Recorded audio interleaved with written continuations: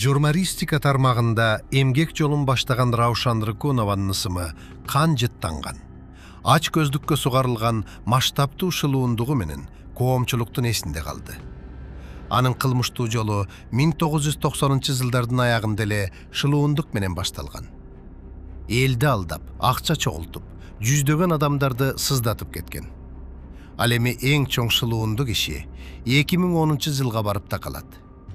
Мурдагы Альфа Телеком, азыркы Мегаком компаниясынын жетекчисинин кеңешчиси кызматын ээлеп туруп, фиктивдүү кылмыштуу схемалар аркылуу мамлекеттик компаниянын 30 миллион сомдон ашык каражатын жеке коммерциялык мекемелерге мыйзамсыз которуп кеткен. Бул кылмыштуу аракеттери үчүн 2013-жылы сот жоопкерчилигине тартылып, биринчи инстанцияда 7 жылга, ал эми апелляциялык кароонун жыйынтыгында 9 жылга эркинен ажыратылган. Бул иш боюнча анын ошол кездеги күйөөсү Владислав Рыкунов да соттолуп, кемир тор артына түшкөн.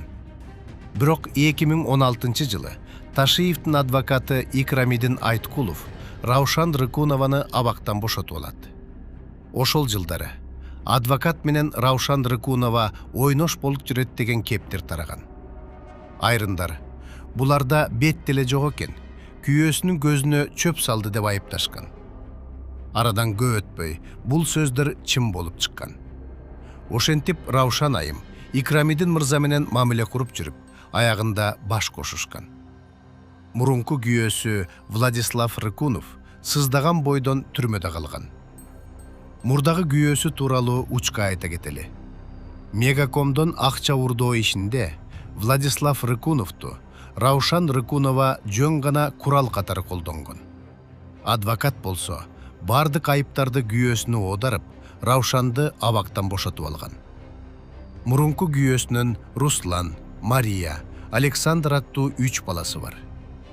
Икрамидин Айткуловко турмушка чыгар замат фамилиясын өзгөртүп, Айткулова болгон. Кемир торда, каргышта анын шылуундугун токтото алган эмес. Эч нерседен тайманбаган аферист кийинки жылдары Фарбо клуб крипто клубун уюштуруп, Farga Coin криптовалютасын жайылтуу шылтоосу менен миңдеген жарандарды тузакка түшүргөн финансылык пирамидасын курган. Бирок анысы ийгиликтүү ишке ашпай калган. Эми Раушан Айткулованын элден жашырган сырларын ачыктайлы.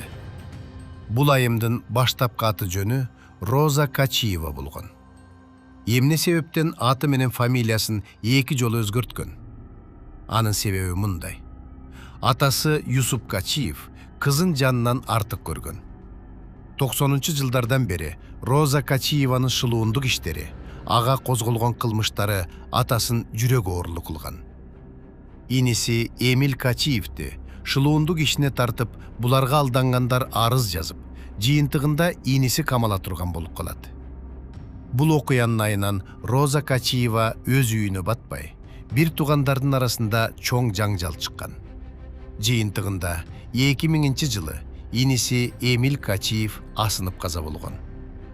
Атасы болсо 2006-жылы күйүтүнө чыдабай, жүрөгү кармап бул дүйнө менен коштошкон. Бул окуялар деле Роза Качиеваны ойлондурган эмес. Ал өзүнүн дагы бир иниси Камиль Качиевди да шылуундук ишке тарткан. Буларга алдангандар арыздын үстүнөн арыз жазып, Камиль Качиев сызга отуруп калат. Ошентип, ал дагы карызга белчесинен батып, үйүнөн ажырайт. Депрессияга кабылган иниси 2009-жылы асынып каза болгон. Ал эми Роза Качиева суудан кургак чыгып, аты жөнүн Раушан Рыкунова кылып өзгөртөт.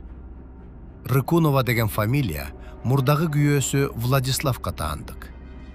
Кийин күйөөсүн да Мегаком боюнча шылуундук ишке тартып, анысы камалып кетет. Раушан Рыкунова бул жолу да суудан кургак чыгып, адвокаты Икрамидин Айткулов менен жашап алат. Атыгүл фамилиясын да өзгөртүп, Айткулова болот. Күйөөсү болсо сыздаган бойдон түрмөдө калып кеткен. Жыйынтыктап айтканда, Раушан Айткулованын кылмыштуу аракеттеринин кесепети бир дана мегакомдон уурдалган миллиондор же пирамидага алданган миңдеген жарандардын азабы менен чектелген жок. Анын ач көздүгү менен арам аракеттери өз үй бүлөсүн трагедияга кептеди. Эки бир тууганы Эмиль менен Камиль карызга батып, айласы түгөнгөндүктөн өмүрүнө балта чабышты. Атасын жүрөк оорулуу кылып, ал да каза болду. Ал эми мурдагы күйөөсү Владислав Рыкуновду жөн гана курал катары пайдаланып, бардык кылмышты ага оодарып, өзү бошонуп чыкты. Аты жөнүн бир нече ирет өзгөртүп, абактан да, жоопкерчиликтен да, суудан кургак чыгууга машыккан бул айым үчүн эч кандай моралдык, үй бүлөлүк же адамдык баалуулуктар ыйык болгон эмес. Жыйынтыгында анын артында материалдык чыгымдар гана эмес, талкаланган тагдырлар, асынып өлгөн бир туугандары калды.